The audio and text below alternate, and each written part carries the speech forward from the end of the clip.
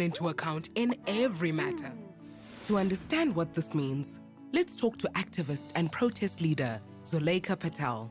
The best interests of the child mean by protecting the child's dignity and the child's right to life and the child's right to a quality education. Another protection is the right to be protected from bad treatment and abuse. This includes outlawing physical punishment. So, for example, no one at a school should be hit by a teacher or anyone else, or even at home by a parent or guardian, because hurting a person also hurts that person's dignity. So even if the person doing the punishment thinks it's for their own good, it's prohibited by the Constitution. And research shows that people who have been subjected to violence are more likely to inflict violence on others. So physical punishment isn't actually helping us build a better country. There are many other rights for children, including the right to nutrition, shelter, family care, and being protected from inappropriate work. Children have these special rights because they are a vulnerable group. We frequently read about children being victims of activities like child trafficking, child labor, and sexual abuse. If you are under 18 and think your rights aren't being respected, you can contact different organizations that are meant to help you, like the Center for Child Law or Child Welfare. The Constitution makes clear that every child is important and deserves to be protected. The Constitution and the rights it gives to children helps ensure that each child is properly cared for in South Africa.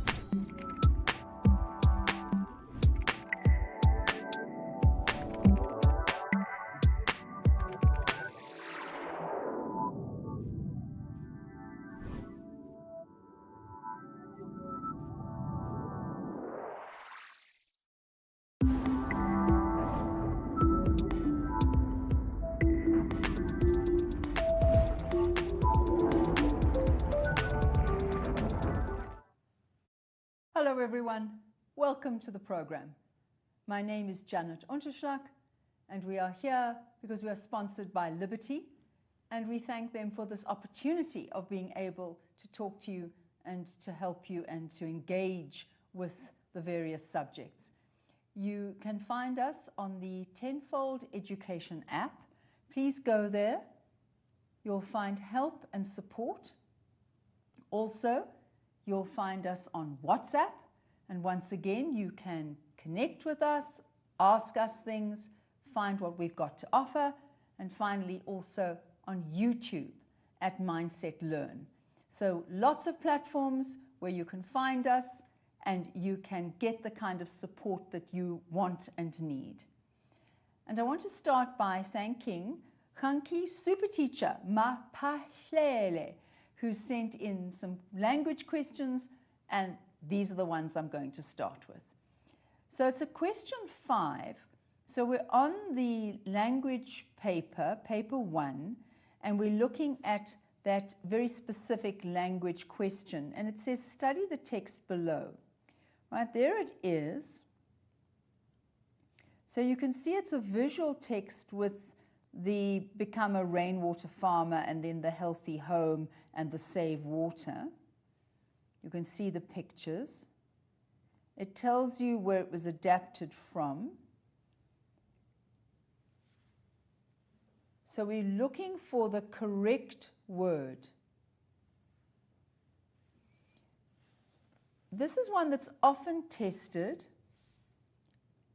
and we're looking for except. Now, all you would do is write that and the right word. Remember, accept means like getting a gift. You accept a gift, you accept an honor, you accept a position. Except means not counting that. So she uses rainwater for everything but not for cooking and drinking. That's basically the meaning of the sentence.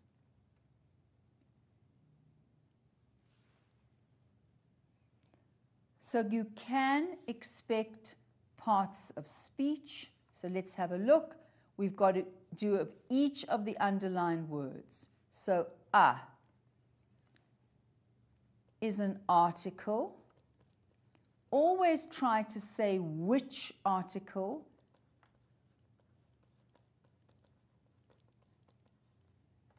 And then rainwater farmer. The examiners do this quite often in both home language and FAL.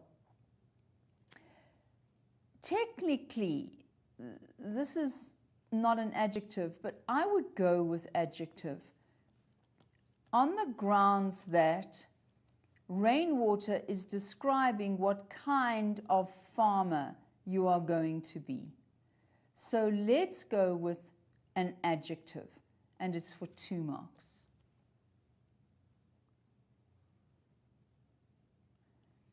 We've seen quite a few examples of degrees of comparison in the exam.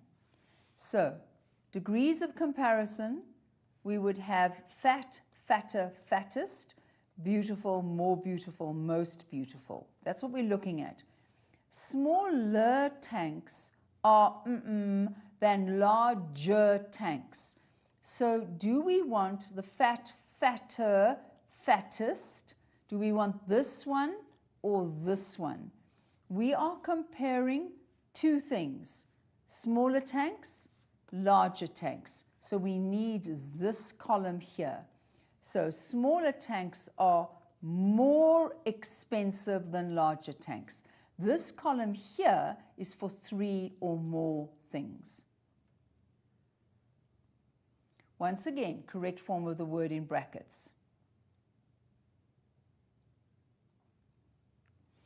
So what we need here,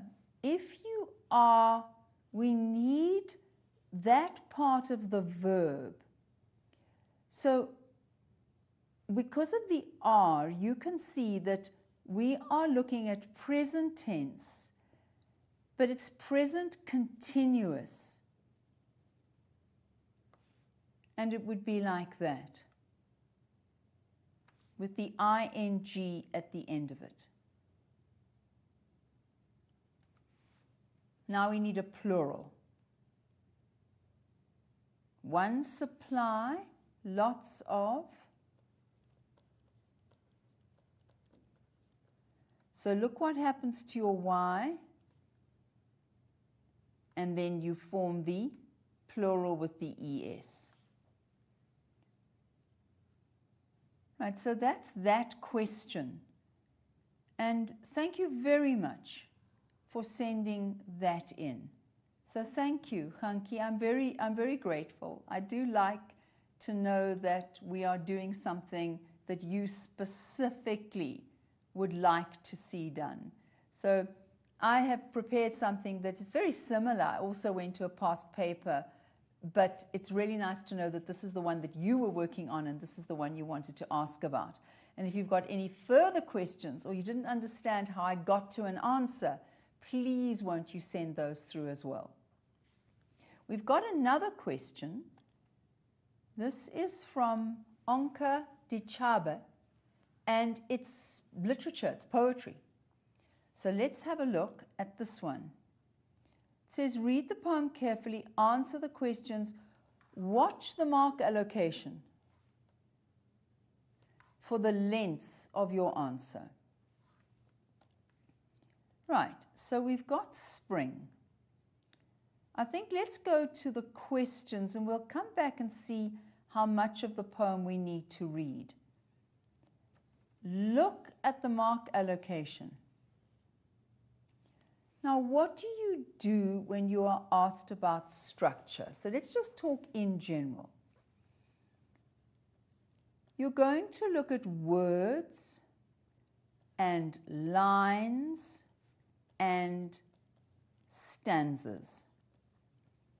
So I don't think we need to pause with words for this poem. We go on to lines. Now, very kindly, the examiner has given you the number of lines. We've got 14 lines and we've got 2 stanzas. Then you ask how many lines in each stanza. So we have a look. This has got 8 and then 1, 2, 3, 4, 5, 6. So what you should know from what you have been taught is that if we have a 14-line poem, we call that a sonnet. And then we said it's divided into 8 lines and 6 lines. The 8 lines and the 6 lines. Now, the next thing that you have to do is to look at the rhyme scheme. When you do a rhyme scheme, you look at the last word in the line.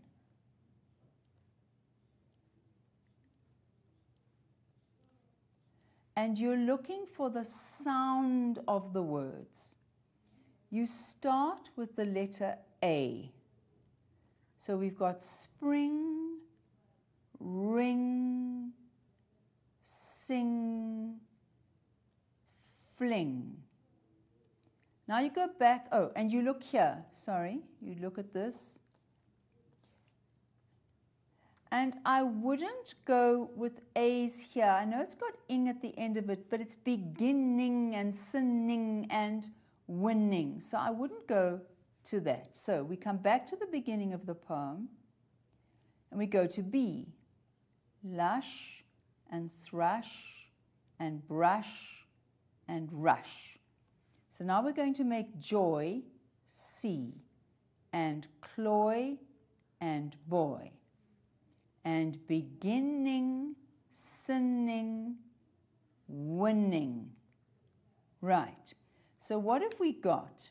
We've got A, B, B, A, A, B, B, A. This is our octave. And then for our sestet, we've got C, D, C, D, C, D. Go back to our question. Describe the structure of the poem fully. So you would do the A, B, A, B, A, B, B, A, A, B, B, A, C, D, C, D, C, D. You'd actually write down the rhyme scheme. That's the first thing. You would also say it's a sonnet divided into an octave and a sestet, and you'd give the rhyme scheme. Now, I am expecting the 4 marks. If they wanted something more, you would go to the content. So let's have a look at the content, just in case this is what is required. If you look at the first stanza, he establishes his main idea right there. That's the main idea. Then look at each line. We are developing what makes spring beautiful. So all of this is describing spring as a most beautiful season.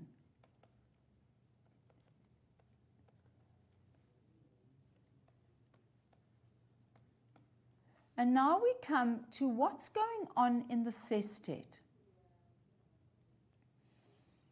He asks a question, what is all this juice and all this joy? That's the juice and the joy of spring. The juice of the plants,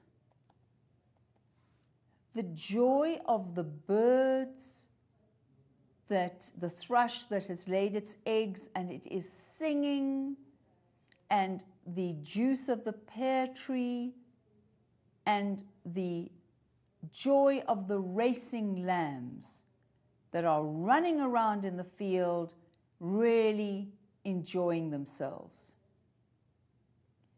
So the juice and all this joy, what is it? And he doesn't answer, well, it's spring. He says it is a strain of the earth's sweet being in the beginning in Eden garden. So he says spring is the most beautiful season because what it is a strain, a part of the Garden of Eden, the perfect Garden of Eden, which we read about in Genesis in the Bible. And a strain is a strain, please don't think about the strain of a virus. I really don't think we want to hear about the Delta variant at this point. There's another kind of strain, which is the melody of a song. You know, if you're singing something and you try to get it back, just sing me that strain again. What was that melody? What was that tune again? So, oh yes, I remember that strain. So it's like the echo in music, the melody in music. And he is linking spring in the world which we experience with the experience of the Garden of Eden. And he then links it into girls and boys. So this is the spring, the innocent time in young people. So that's the next link. So it's spring. Let's get another color. So 1, he spends 8 lines here describing spring in the world, the season that we are in now, so it couldn't be more appropriate. Then he says, but what is all the juice and the joy of spring? Well, actually, it's what it was in the Garden of Eden. That's how pure and innocent and wonderful and fresh it is. And then he says that this is in fact what we find in young people, juice and joy and innocence. This is what you find in girls and boys, in their minds and in their age, when they're young. May. So May is spring for the speaker. For us, it's September. And their minds and in their bodies. And he says this is exactly the same. This innocent, enthusiastic, energetic, but innocent, pure time in young people. So if we're going to do the structure in a bit more detail, And as I say, I don't think it's necessary, and this is an FAL question. So if you were home language, I would really expect it. But the structure of the poem is the octave is a description of spring, literally the season, and the sestet links it to the Garden of Eden, a time of perfection and innocence in the world, and then a time of perfection and innocence in young people. And there is a prayer that Christ, let's go back to our poem, he says to Christ, he's praying to Christ, Christ Lord, he says, won't you get this innocent time in the minds and the bodies and the spirits of young people and hang on to it so that it doesn't cloud or sour with sinning. So it's a prayer that Christ will maintain this energetic, lively, joyful, pure, innocent time in young people and maintain that for as long as possible, and in fact forever, because he wants Christ to have it and to get it before it cloys. Cloy, if you eat something, even if you really enjoy it, so let's say you have pizza, a particular pizza, and you eat that kind of pizza over and over and over and over, eventually you say, I don't really want any more of that. Or if you have ice cream, nothing else, you start to say, I'd really like something savory. That is cloy. It becomes unpleasant, distasteful to your palate. Your palate, where you taste the top of your mouth, that is cloying. It's, sometimes you eat a chocolate, a certain kind of chocolate, and it leaves like an oily, fatty layer inside your mouth. That's like cloy. It's, no, that's really not nice. So he's saying to Christ, please take hold of this innocent time in the minds and bodies and spirits of young people before it cloys, before something goes wrong with it or it sours with sinning, and keep that innocence in young people, keep that going. So that is also part of the structure. Do I think it's necessary? No. If you're worried, put it in, that the content, the meaning of the poem parallels the structure of the poem.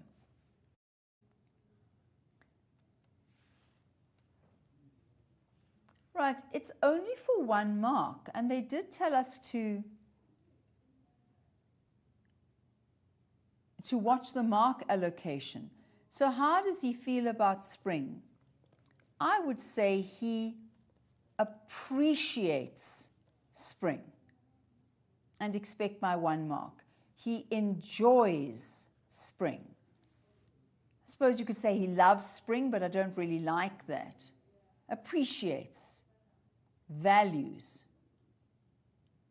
Right, now we've got to go to the description of the weeds in line 2. So let's go back to line 2. We're told weeds in wheels shoot long and lovely and lush. Let's go back to our question. Why is the speaker's description of weeds unusual? Well, I've got a feeling that the person who set the question thinks that weeds means unwanted plants. When you don't want a plant that is growing in your garden, you say, my garden is full of weeds, and then you dig them up and you throw them away. But I am not convinced that in this line, weeds means unwanted plants. I think weeds just means plants. However, this is not the time to argue with an examiner. So why is it unusual? how does he describe the weeds? First of all, he says the weeds are in wheels. So what is he giving you here? He's giving you a sense of movement, that the plants are like wheels. They are like moving. So there's tremendous energy. And even that is unusual for a plant. I mean, even if it's an unwanted plant or a wanted plant, it doesn't matter. It's really unusual that these plants are moving. And then they are shooting. So in English, if you're talking about a plant and you say it's shooting, you either mean down into the ground with the roots or up. And I think in this context, it's up.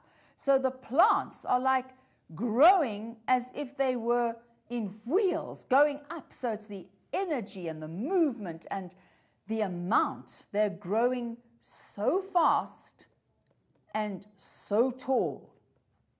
So they shoot long and lovely and lush.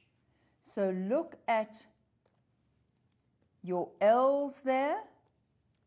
What do we have? We have alliteration.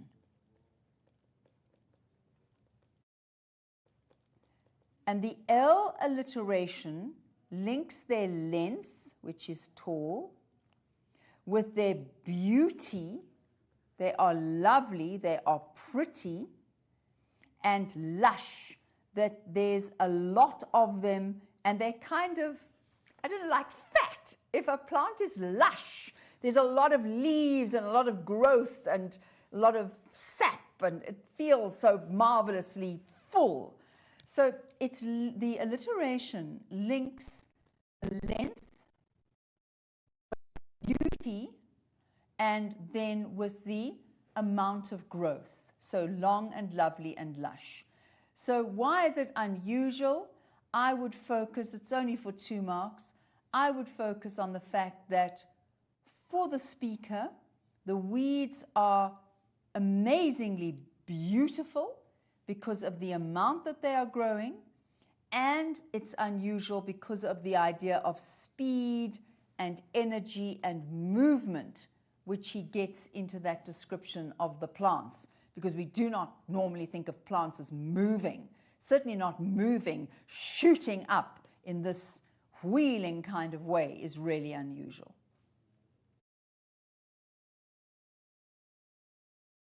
Line 3, let's go back to line 3.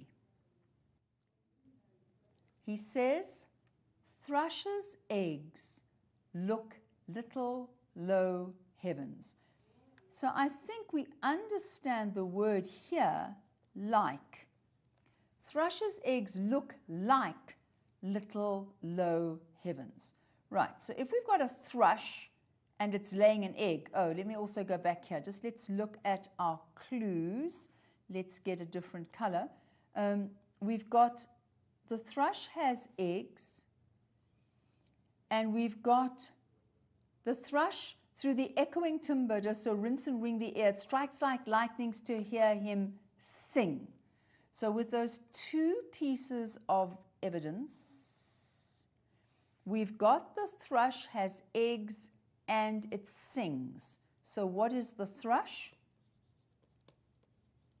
Right. Now we're describing the thrush's eggs. So what you've got is, it's a pale blue. Let's use that. So the thrush's eggs are a pale blue color. Right. And for the speaker, they look like little low heavens. Well, you can see that that looks like the sky. It's got the color of the sky and the shape of the sky. So the sky above us, it seems to be round. If you're lying flat on your back, perhaps it would look a bit, you know, that you were looking at that dome shaped like that. So it's got the shape and the color of the sky. And so he feels that it looks like the heavens, the sky itself. So why does he compare it to the heavens? I think the simple answer is the shape and the color of the sky. If the examiner wants something else, and I honestly don't think that they would go as far as this, but once again, you have a sense of the beauty of nature and that the thrush's eggs and the heavens are in some way linked. So do you know the word harmony? Harmony is when things go together and they go together beautifully. You sing in harmony with different voices making one beautiful sound. So by comparing the eggs to the heavens, he creates a sense of this united aspect of nature where one aspect reflects another, where they seem to blend in together, and there is this continuous beauty of nature. And that's what he gets. But I think that's beyond what this question actually wants. Remember again, this is an FAL paper. I suspect that that's all that's required for the 2 marks. Right, we've got to refer to line 5 and identify the figure of speech. Back we go. And there's a very easy clue right there. It strikes like lightnings to hear him sing. Right. So identify the figure of speech. That's easy. Now, explain why the figure of speech is appropriate. English teachers like to ask, what is the effect of a figure of speech? Or what makes a figure of speech effective? And another way of asking it is, why is it appropriate? Now, these words cause students problems. Say to yourself, if something has an effect, it has some kind of impact. If it is effective, it does whatever it is meant to do. If it is appropriate, it fits in with whatever it is in. So, we are listening to the thrush that sings. It strikes like lightnings. Why is it appropriate? Why is it fitting? Why is it suitable to describe the effect of hearing the thrush singing to lightning? Okay, so lightning. So start with lightning. We've got the word strike.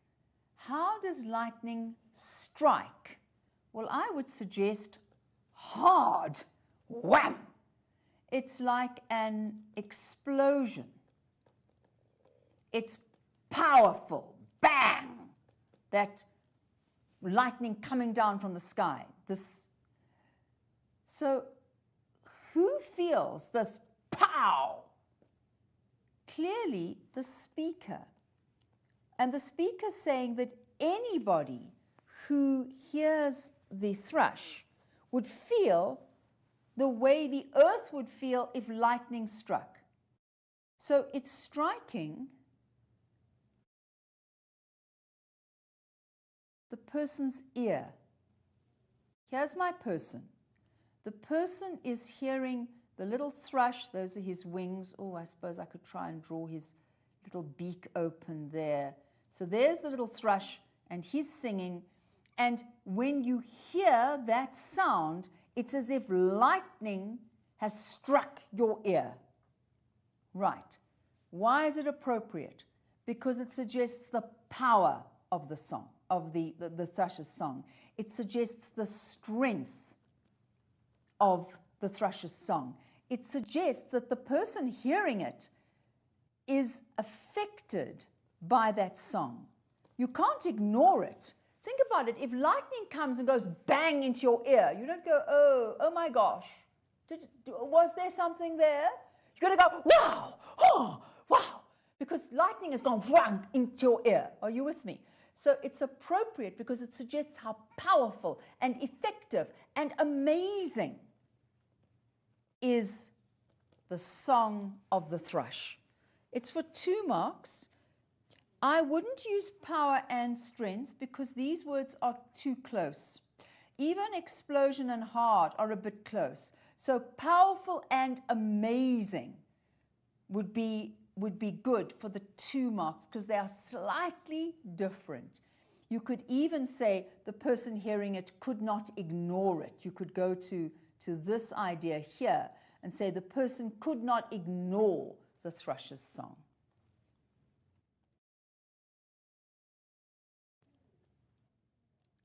Oops. Right, so now we are down, well, I was down here a moment ago. Hang on. Right, so we've got lines 9 to 14. You've got to quote 2 consecutive words. Now, what does consecutive mean? Following each other. So a word and another word, and they must be right next to each other that refer to paradise. So we go to our poem, if we can find our poem. Let's see. Give me a moment. Here we are. We're looking at lines 9 to 13. We want 2 words following each other that mean paradise. What have you found? It's going to be Eden Garden, the Garden of Eden. It's going to be our 2 words that mean paradise.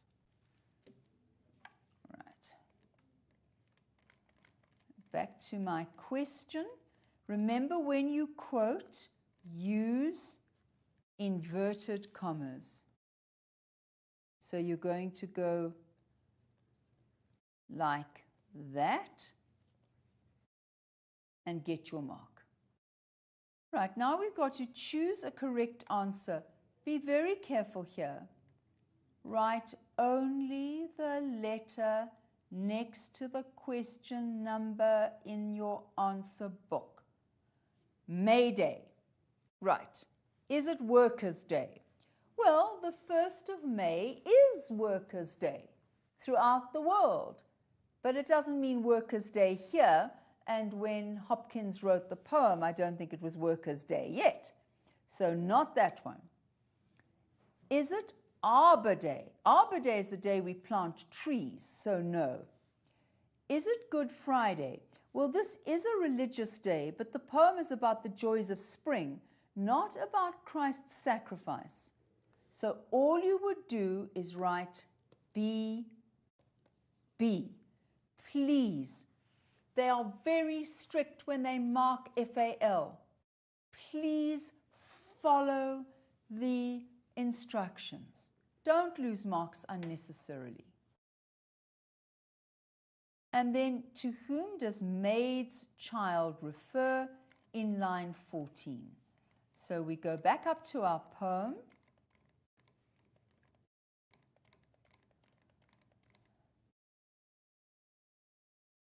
What is all this juice and all this joy?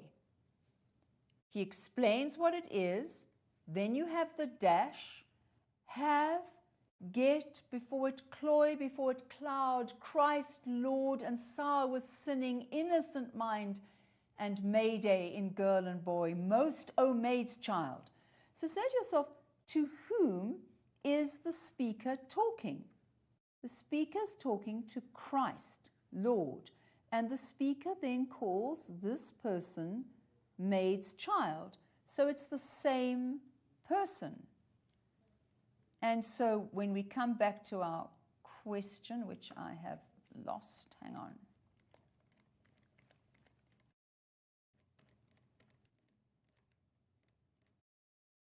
So who is the maid's child? It is Christ, the Lord Jesus Christ. So I would think for that 1 mark, all you would have to do is say Christ, in your own words, Jesus Christ, or the Lord Jesus Christ. No problem. Now, you've got to be careful of this question. A number of students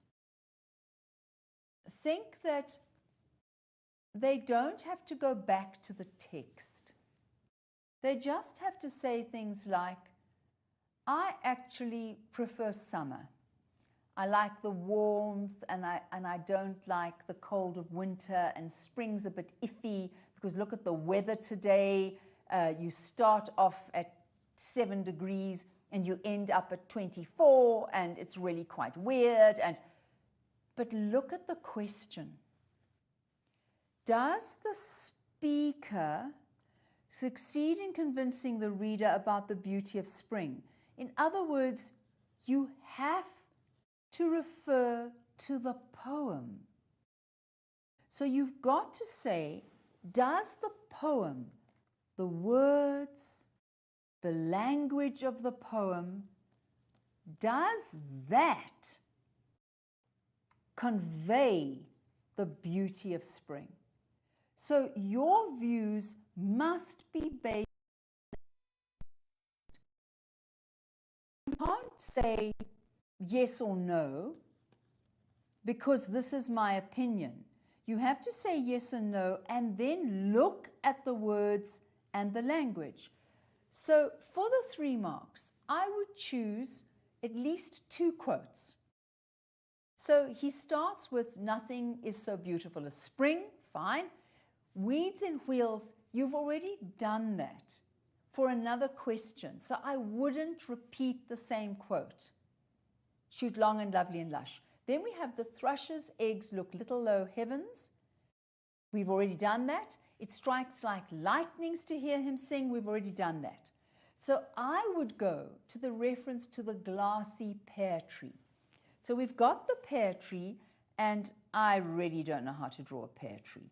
So we've got the pear tree, and it's starting to produce all these lovely green leaves. And we're told that it produces leaves and blooms, blossoms. You know the beautiful blossom that you get in spring, the white, the pink, the apricot colors. So beautiful.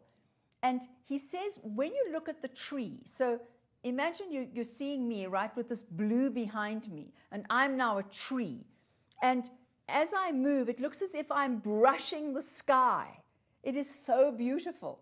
So just try looking at a tree with the sky behind it, and you'll see as the tree moves and the leaves move, it looks as if it's brushing the sky. So it suggests, again, the unity, the connectedness, and how close it all is, and how beautiful and how full of energy. And then we've got this wonderful description of the lambs racing around and thoroughly enjoying themselves.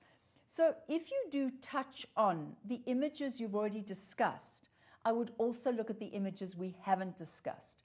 So discuss your view. You could talk about the plants which grow so energetically and almost violently. The violence of the thrush's song, it is so powerful and strong. The energy of the lambs racing around, the pear tree breaking into blossom and brushing the sky, and everything is all in a rush. The energy, the life, the sap, the power of the plants and the animals and the birds in spring. And yes, he does convince us that spring is the most amazing season because he gets it so full of energy. The verbs, everything is moving in this poem and is moving quickly. You cannot just say, no, actually, I don't. You have to analyze the poem. If you feel that the poem doesn't convey the beauty of spring, then you need to show me by analyzing the language, the images, the pictures that he draws in the poem, that that doesn't convey the beauty of spring. So either way, if you're going to argue yes or you're going to argue no, it's your opinion, but it's your opinion of what the speaker is doing in the poem, not your opinion of spring. And if you're going to say he isn't convincing, you need to show me why the language isn't convincing, why the imagery isn't convincing, the alliteration, the similes. Why are they not convincing? What is wrong with them? Do you follow me? Right, so that's the end of that and the end of our questions, and it's actually taken us, I'm looking at our clock, it's taken us quite a long time. So before we start in with what I prepared, let's take an ad break.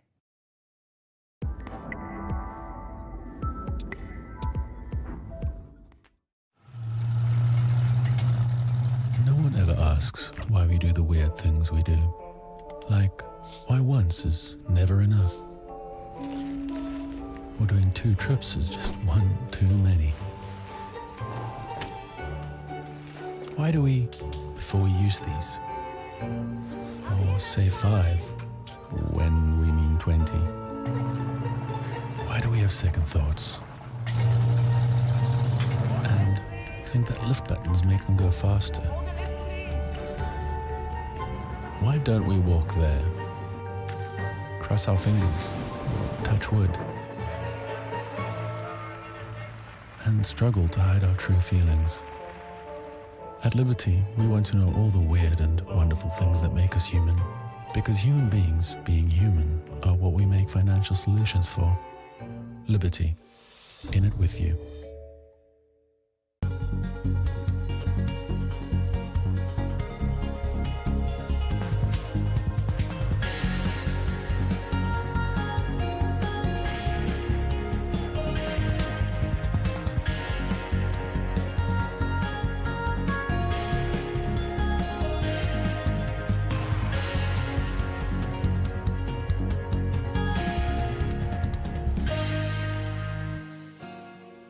Did you know that the temperature of a lightning bolt can be 5 times hotter than the surface of the sun? A bolt of lightning can reach temperatures of about 30,000 degrees Celsius, while the surface of the sun is only about 6,000 degrees Celsius on average. This means that a bolt of lightning is over 5 times hotter, although admittedly, that heat only lasts for fractions of a second.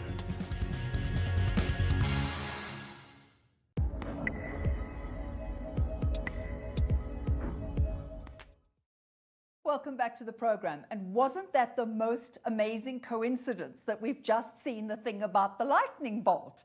And it fits in beautifully with the question that was sent by one of our students. We want to thank Liberty for everything, for the lightning bolt and for the ability to answer the students' questions.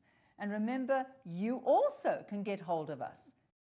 Go to the Tenfold Education app and download everything and get in touch with us. Also, find us on WhatsApp. Ask your questions. Get some help, get some support. Look at the stuff that we're offering you. And go to YouTube at Mindset Learn. So there are platforms that you can access and engage with us. And I want to thank the students who have been sending in questions, because it really is for me a pleasure to know that I have answered something that somebody urgently needed an answer for. So please, everybody, send in your questions, tell me what you need, try to be specific. We did have questions asking me to summarize set works. That's really tricky. Rather tell me, what is the problem? Where are you having difficulties? And let me see if I can't zone in on those things and make sure that I help you. So, as the student did at the beginning of our broadcast this afternoon, I also went to a past paper. This is the June 2018 paper. There is a passage, I'm a little worried about the time now, And I did want to look at the passage in some detail. Maybe I'll get a chance to do that next week if we don't get a lot of questions. So just let's go to the actual questions. Remember, question 5 usually begins like this. So it tells you that there's a single error. You write down only the question numbers and the words you have corrected, not the wrong words, the words you have corrected. And I was saying before the ad break that this is marked very, very strictly in FAL. So please be very careful. Those of you who have got into the habit of either writing the whole sentence and then putting the correction, or writing the wrong word and then putting the correction, they will mark the wrong word wrong. So please be warned. You don't want to lose marks for a silly mistake. They're very strict that you follow the instructions in the question paper. So read A.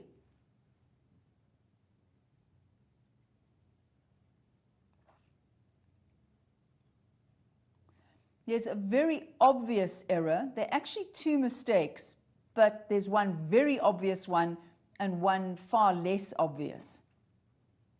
So let's go with the very, very obvious one. Have you found it?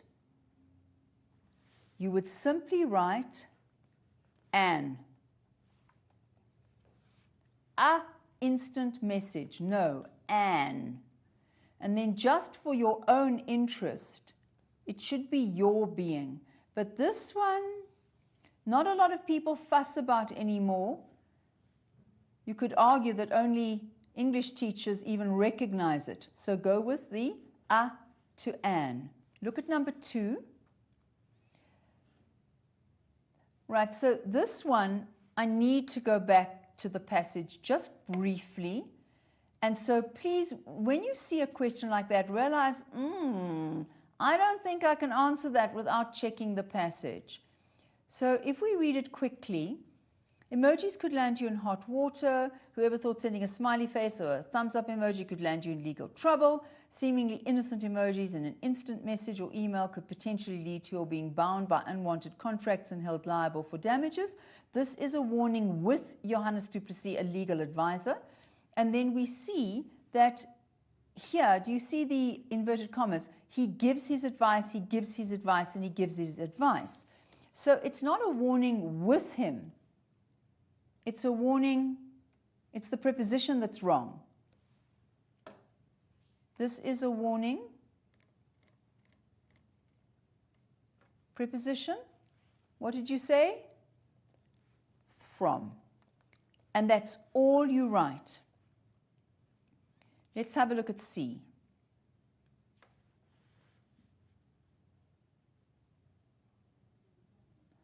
Now, if you can't see the problem, remember what I recommended. You go with your pen on each word. Placing an emoji like a heart creates the impression of positivity and agreement in the mind of the receiver. Ah, there it is. So put your pen on each of them. Because what happens with spelling is very often the eye corrects it. You don't see it. So when you've read it through 2 or 3 times and you still don't see anything, then just put your pen on each word and make yourself look at it and then, receiver. There it is, spelling mistake. And then we come to D. Right, don't tell me there's meant to be a full stop. I know. My mistake. Another obvious error. Many people, I'm hearing a voice is coming through from the ether. Yes, correct. We don't want many people users. We want many people use. And remember, all you do is you write use. Because I'm serious, if you write users and then use, the marker, bless its little cotton socks, will go wrong naught. All right, that's the answer. Don't do this. Listen to me really, really carefully. We're going to rewrite a sentence correctly. So what do you see as the problem? This one, I'm not sure that many of you are going to recognize it. I've said it before for home language, and my home language students don't always recognize it. So I challenge the home language students out there. Can you see what the problem is? If I give you a hint and say it's in the pronouns, does that help? A little bit. Okay. All right. So let's look for the pronouns. Should one indefinite pronoun then breach the contract? You, second person pronoun. So either should one then breach the contract, one may become liable, or should you then breach the contract, you may become liable. What English likes is consistency. If you start with I, go on with I. If you're with we, go on with we. If you're using one, use one. If you're using you, use you. Right. So either way is correct. Right. Refer to paragraph 6. Right. Well, this isn't in italics now, but it should be.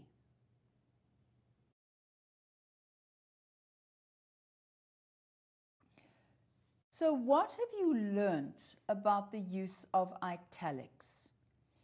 You know that in print, the titles of plays, novels, very long poems, they're in italics. So this is the title of an act. It is the name of the act, and that is why it's in italics. So remember, italics are like when it's slanted like that sort of thing. So it's for titles. So you should be able to guess that from what you have studied. Right, now I have a huge problem with this question. All right, I do not know this act, okay? I don't. Here it is, the Electronic Communications and Transactions Act, okay?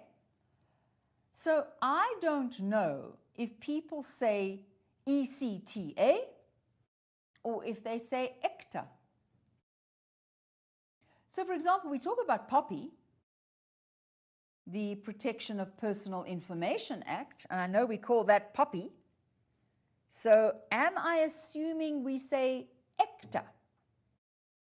In which case, if it's ECTA, is it an acronym or abbreviation? It's an acronym, correct, because it said, so what is an acronym? Let's just define an acronym. An acronym is an abbreviation that is said as a new word.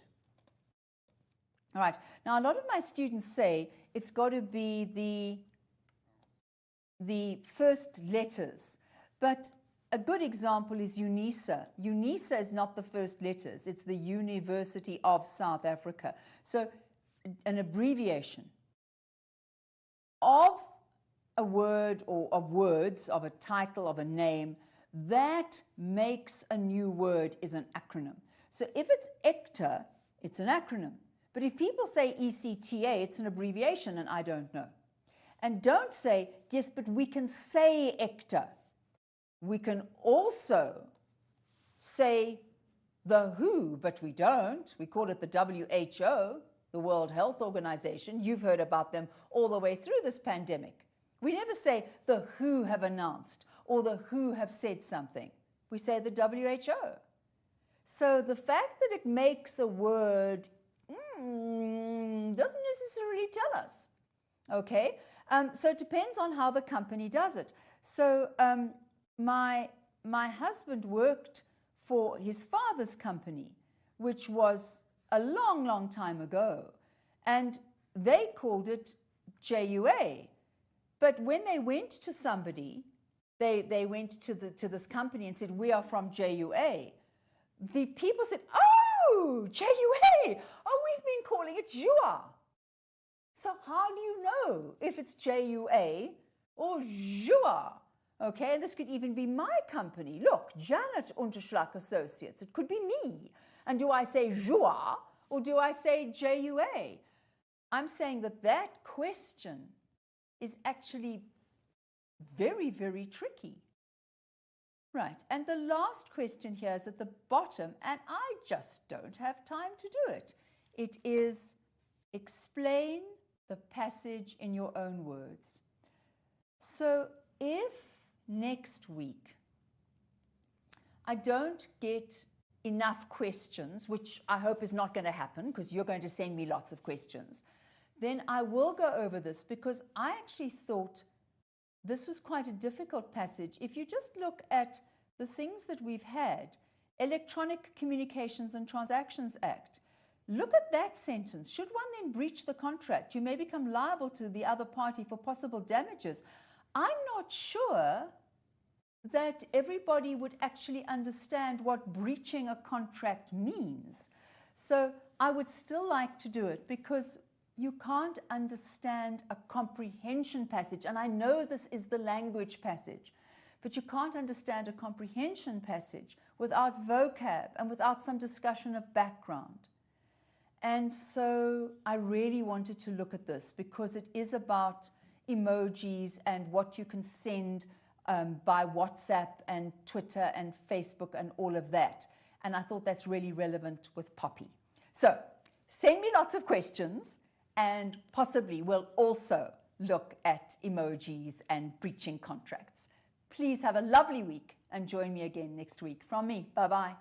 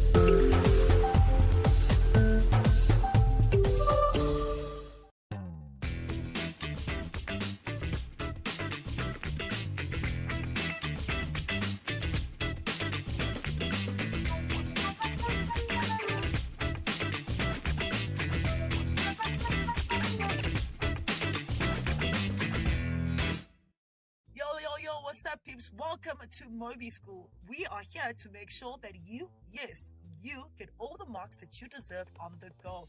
We're here every Mondays to Fridays from 2 to 3 p.m. only on Mindset Learn TV. Now, this is a whole hour worth of revision just for you. And I hope that you've got your notepads and your pens ready, and that you and your study group are game for today's revision session.